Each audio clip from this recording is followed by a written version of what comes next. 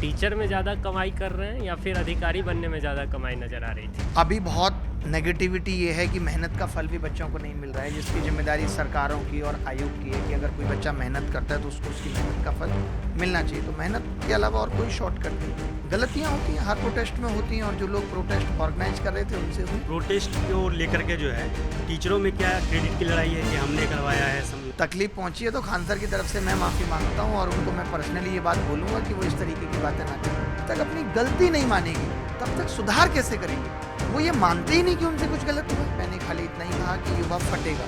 जैसे 24 तारीख वाला प्रोटेस्ट हुआ तो युवा फट ही रहे थे। मेरा ऐसा राजनीति में कोई इंटरेस्ट नहीं है, क्योंकि इतनी गंदगी है और वहाँ जाकर के उस गंदगी को साफ करना, मुझे ऐसा लगता है कि मेरा काम सत्ता हटाने के बजाय लगातार सत्ता जगाने का रहे तो अच्छा है। लाइव टीचिंग करते हैं और बोलते हैं जय महाकाल, इसको लाइक करो, लाइक ठोको बेटो, लाइक ठोको, नहीं तो रोने भी लगते गए। तो आपको लगता नहीं कि वायरल होने के लिए आपका क्या आगे का प्लान है? क्या प्रदर्शन फिर से करेंगी या फिर यहीं पर स्टॉप हो जाएगा? अब आप कहें कि क्या दूसरा ऑप्शन लेके नहीं चलना चाहिए कि एक लड़की जब आपके जीवन से जाए तो आप क्या दूसरी तैयार हो?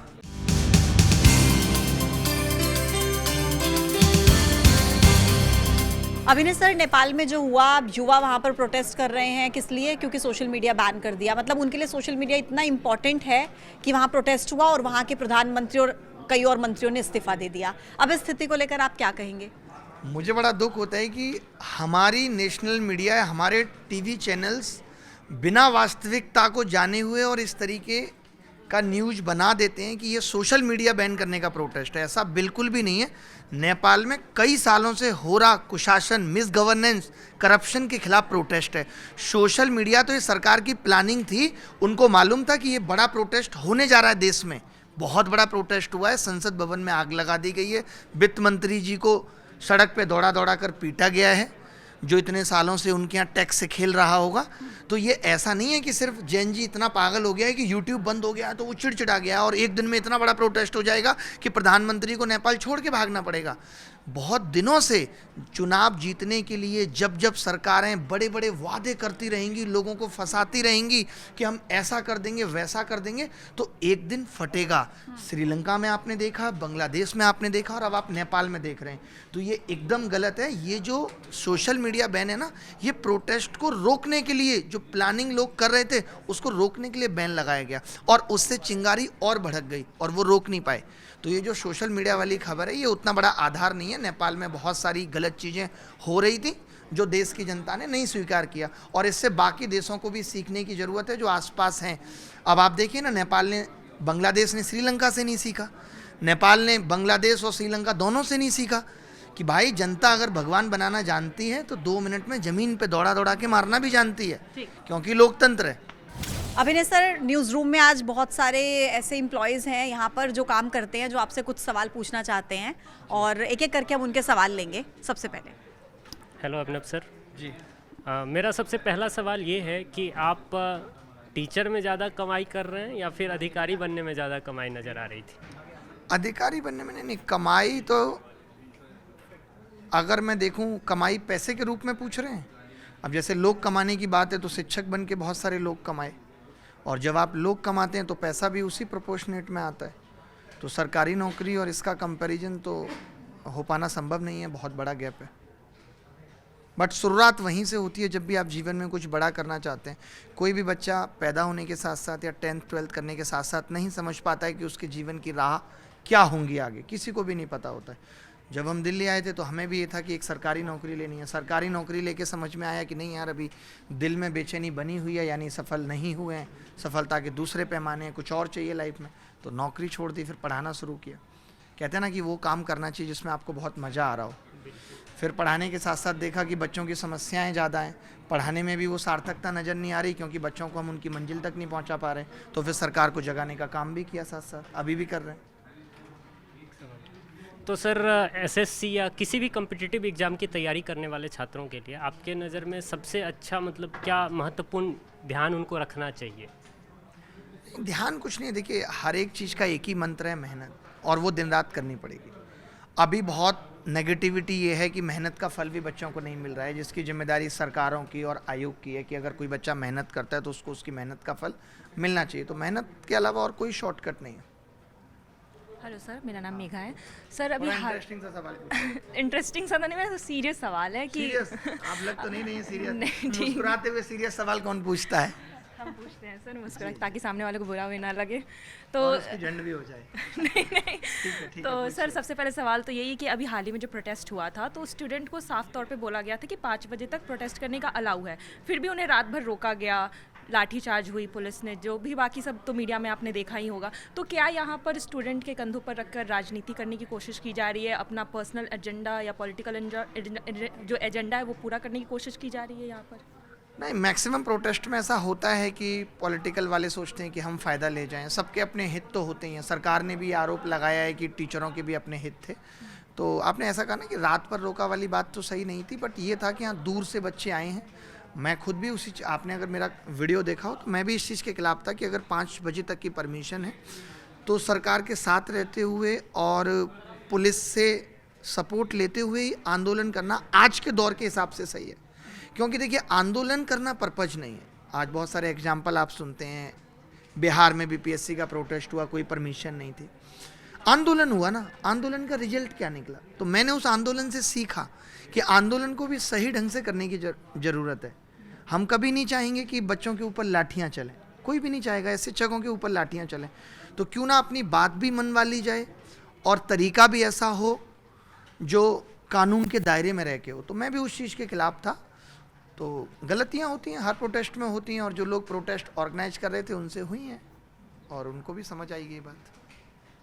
सर मेरा नाम अक्षय है। सवाल यहीं से शुरू करते हैं जहां आपने ख़त्म किया था अरे वाह, कि प्रोटेस्ट। ये कमाल के जर्नलिस्ट हैं कि सवाल ये वहाँ से शुरू करना जानते हैं जहाँ पे अपना आंसर हमने ख़त्म किया। मज़ा आ गया भाई, बताइए। सर प्रोटेस्ट को लेकर के जो है टीचरों में क्या क्रेडिट की लड़ाई है कि हमने करवाया है, इस तरह से कुछ है ऐसा?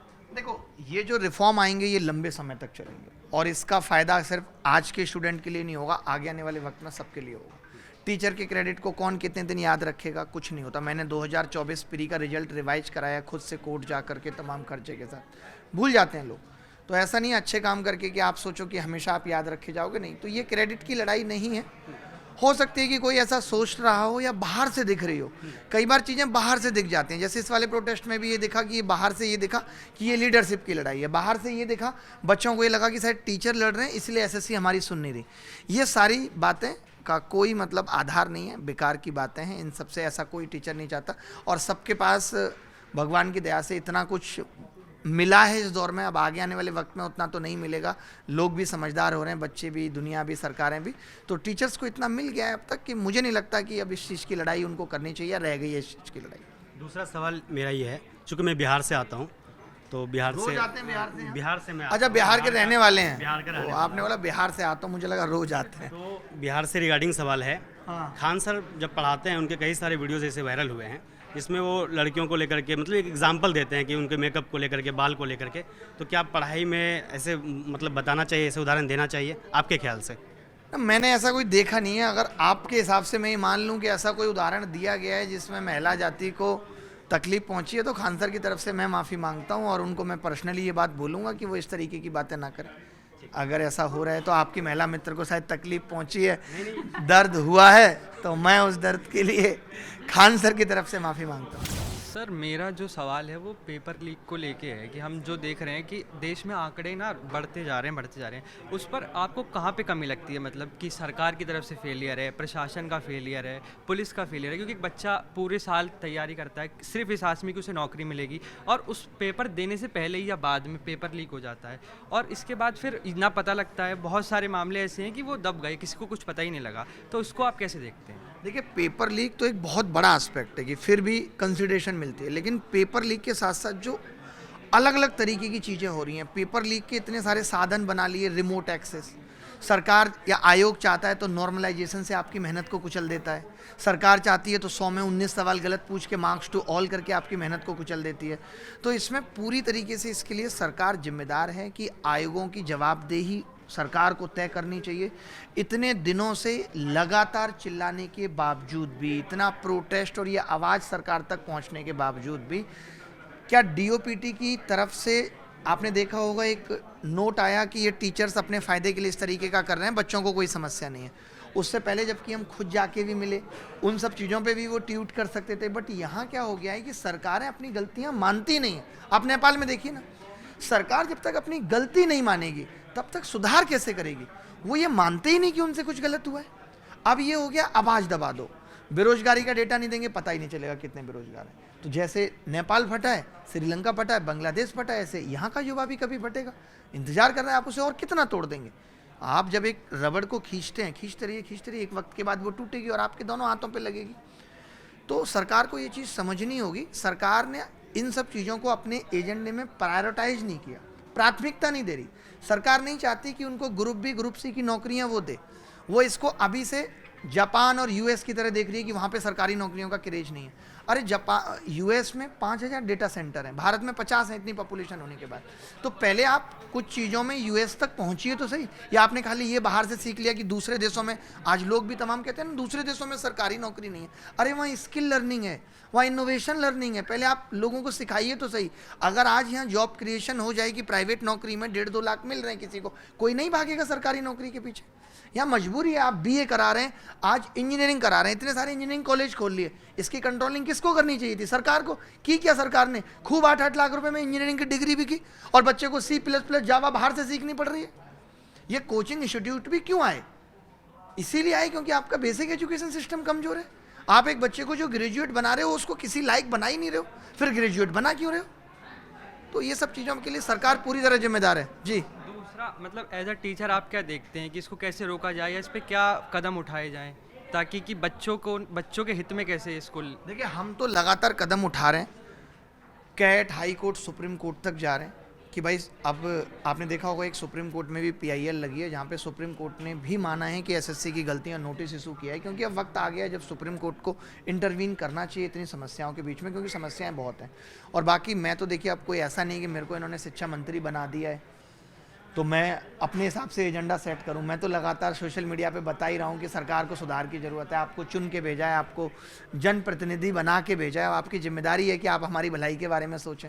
आपको ज़रूरत लगती है तो हम जैसे लोगों से पूछ लीजिए, अगर आपको नहीं समझ में आ रहा है तो, कि कैसे सुधार हो सकता है। अभी आपने कहा कि युवा एक दिन आक्रोशित हो जाएगा जैसे नेपाल में हुआ, तो सर आपको क्या, चूँकि आपको बहुत सारे युवा आपको देखते हैं, आपसे प्रेरणा लेते हैं, तो क्या आपको ये अच्छा लगेगा कि युवा उग्र हो जाए, वो भीड़ तंत्र में बदल जाए, संसद में आगजनी होने लगे? क्योंकि सर लोग आपसे सीखते हैं, तो आपको ये अच्छा लगेगा कि युवा एक दिन यहाँ भी उग्र हो जाए, संसद में आगजनी हो? मैंने उग्र वाली बात अभी तक नहीं कही है। मैंने खाली इतना ही कहा कि युवा फटेगा। जैसे 24 तारीख वाला प्रोटेस्ट भी हुआ तो युवा फट ही रहा है, इतने सारे ट्विटर कैंपेन हो रहे हैं, युवा फट ही रहा है। आप विद्रोह कब जन्म लेता है? जब आप सामने, आपको पता है किसी का डाइवोर्स हुआ है आपकी नॉलेज में? एक दिन में नहीं होता, पता है आपको। प्रॉब्लम बढ़ती हैं, 1-2 साल चलती रहती है। लड़की शिकायत करती है, आपके अंदर ये कमी है, सुधार लीजिए। लड़का शिकायत करता है, आपके अंदर ये कमी है, सुधार लीजिए। उसके माँ बाप से शिकायत करता है। ऐसे ऐसे करके सारी चीज़ें संगठित होती रहती हैं और फिर एक दिन फटते हैं दोनों। फिर आप देखते होगे कि मोहब्बत का जो आखिरी पल होता है वो जलालत वाला होता है। शादी छोड़ दीजिए, ब्रेकअप में भी पहले से प्रॉब्लम चलती रहती है, एक दिन में ब्रेकअप नहीं होता। लास्ट में एकदम जलालत तक चले जाते हैं, तुमने मुझे क्या दिया, मैंने तुम्हें क्या दिया, उसी को फटना कहते हैं। तो जब आप संगठित होने दे रहे हैं चीज़ों को, आज का युवा 2023 से कोर्ट में उलझा हुआ है, 2024 कोर्ट में उलझा हुआ है। क्या सरकार की जिम्मेदारी नहीं है वो ये देखे कि इतने सारे कोर्ट केस बच्चे क्यों कर रहे हैं SSC के खिलाफ? क्या SSC में बदलाव की वाकई में ज़रूरत है? ये कह रहे थे हम CET लेके आएंगे, कॉमन एलिजिबिलिटी टेस्ट, लाइक है ये? नहीं, क्योंकि इन्होंने सरकारी नौकरियों के फॉर्म को कारोबार का जरिया बना दिया। आज आप बताइए, UPSI का नोटिफिकेशन आता है, उत्तर प्रदेश सब इंस्पेक्टर, उसमें फॉर्म फीस के अलावा कुछ नहीं है। नोटिफिकेशन के मायने क्या होते थे?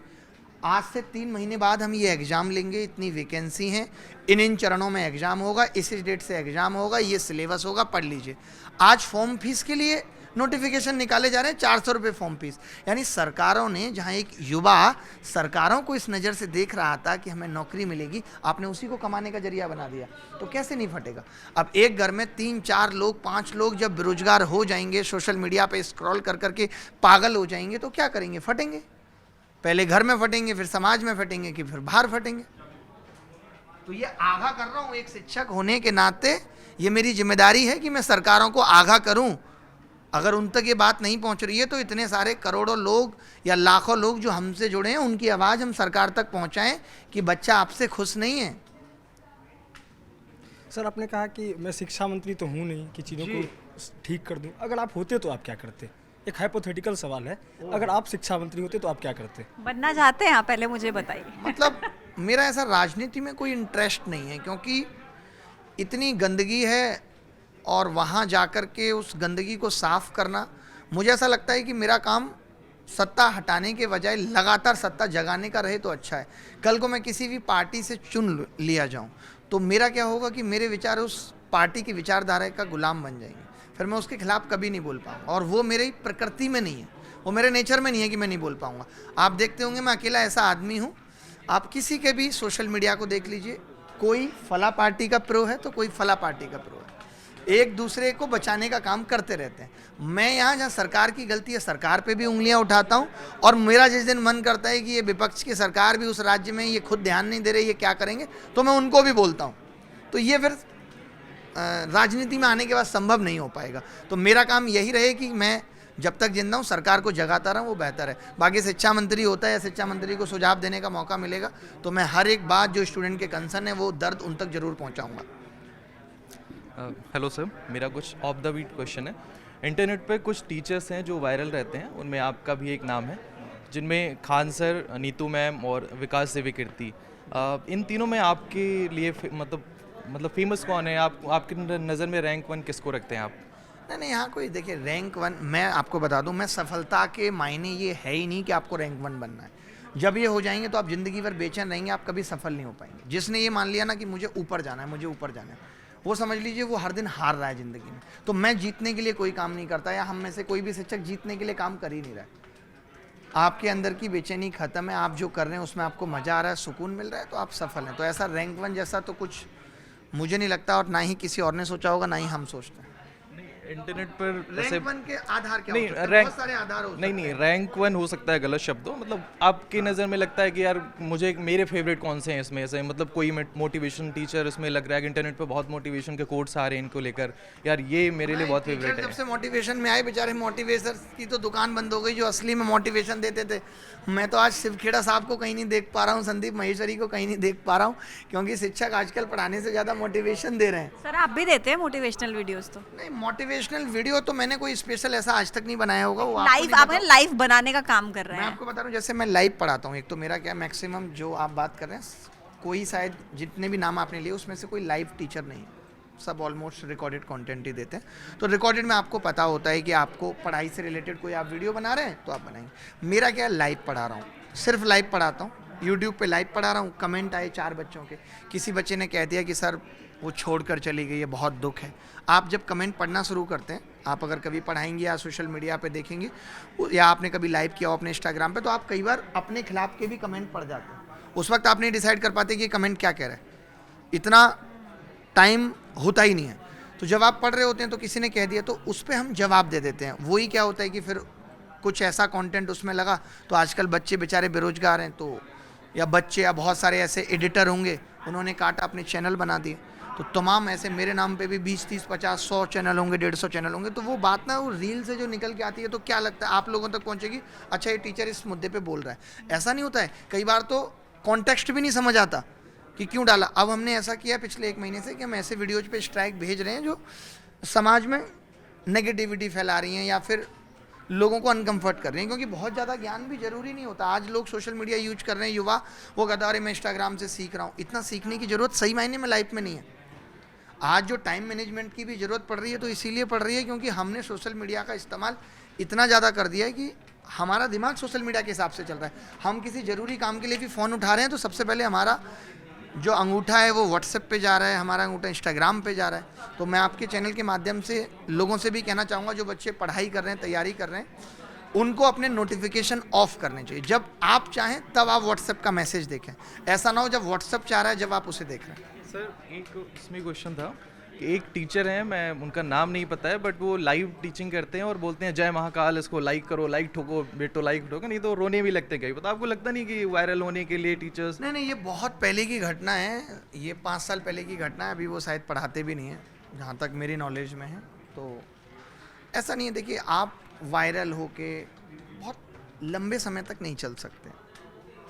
आपके जब तक कंटेंट में दम नहीं है, आप अच्छा पढ़ाना नहीं जानते, कंटेंट से मतलब मेरा सिर्फ पढ़ाने से नहीं है, और भी बहुत सारी चीज़ों से।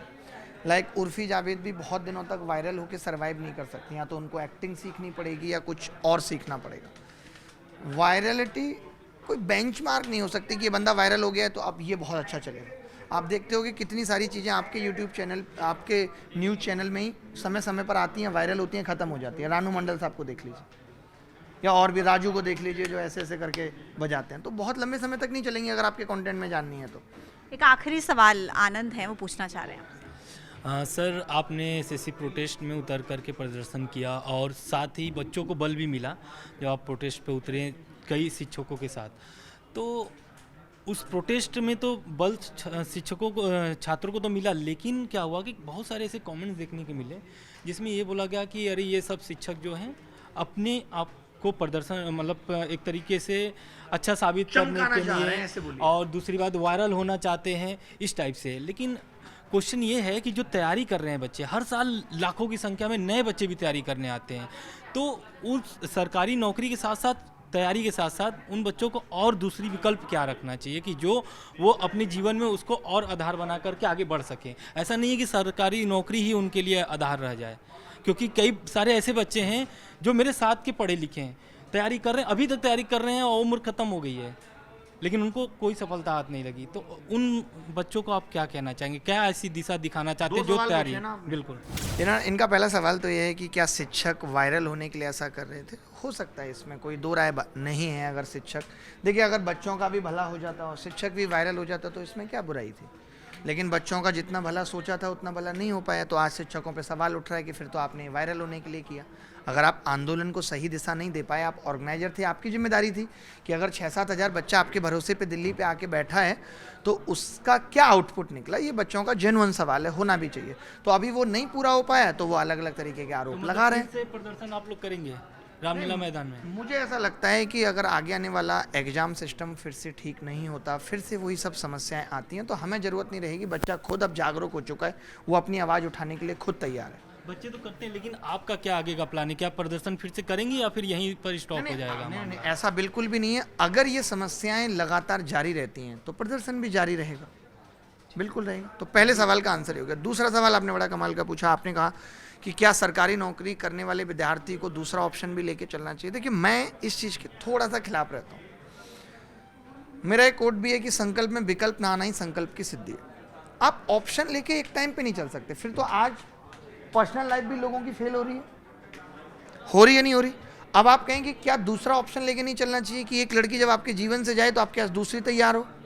वहाँ भी ये चीज़ लागू होती है, ऐसा पॉसिबल नहीं है। लेकिन वहाँ पे क्या होता है कि आप, एक लड़की आपके जीवन में थी, वो रही, धीरे धीरे करके आप उससे बाहर निकले क्योंकि वो आपको छोड़ के जा चुकी है, आपने मूव ऑन किया। 1-2 साल तो आपको ऐसा मन किया कि अब भरोसा ही किसी पे नहीं करना, लेकिन फिर धीरे धीरे करके आपका मन पलटा और घर वालों ने कहा अब आप तुम शादी कर लो, या कोई और लड़की आपके जीवन में आ गई और आप मान गए। तो तरीका यही है कि आप यहाँ पर थे, अब यहाँ से उतर चुके हैं बीच में, अब आप कोई दूसरी बस पकड़ना चाहते हैं, दूसरी नाव में बैठना चाहते हैं तो बैठेंगे। यही है, जब आप सरकारी नौकरी के लिए आए तो आपको डूब के करनी पड़ेगी। आप सोचें ऑप्शन लेके आप चल रहे हैं तो आप कभी अपना 100% दे ही नहीं पाएंगे, ना ही रिश्ते में ना ही नौकरी में। तो ये साथ में चल के तो नहीं सोचा जा सकता। हाँ, ये जरूर है, वैसे भी जब एक दरवाज़ा बंद होता है तो दूसरा खुलता है। तो जब आप सरकारी नौकरी की तैयारी छोड़ेंगे तो कुछ और रास्ते दिखेंगे। बट आप सोचेंगे दोनों एक साथ लेके चल रहे हैं, 6 महीने तैयारी की, अच्छा ठीक है मैं मीडिया में जाके काम कर लेता हूँ, मैं वहाँ पे कंटेंट लिख लेता हूँ। कुछ एक ऐसा काम है जो आप अपनी तैयारी के साथ साथ कर सकते हैं, तो वो आप जारी रख सकते हैं। चलिए अभिनव सर, बहुत बहुत शुक्रिया आपका, बहुत कीमती समय आपने दिया न्यूज़ 18 को। Thank you so much. Thank you very much.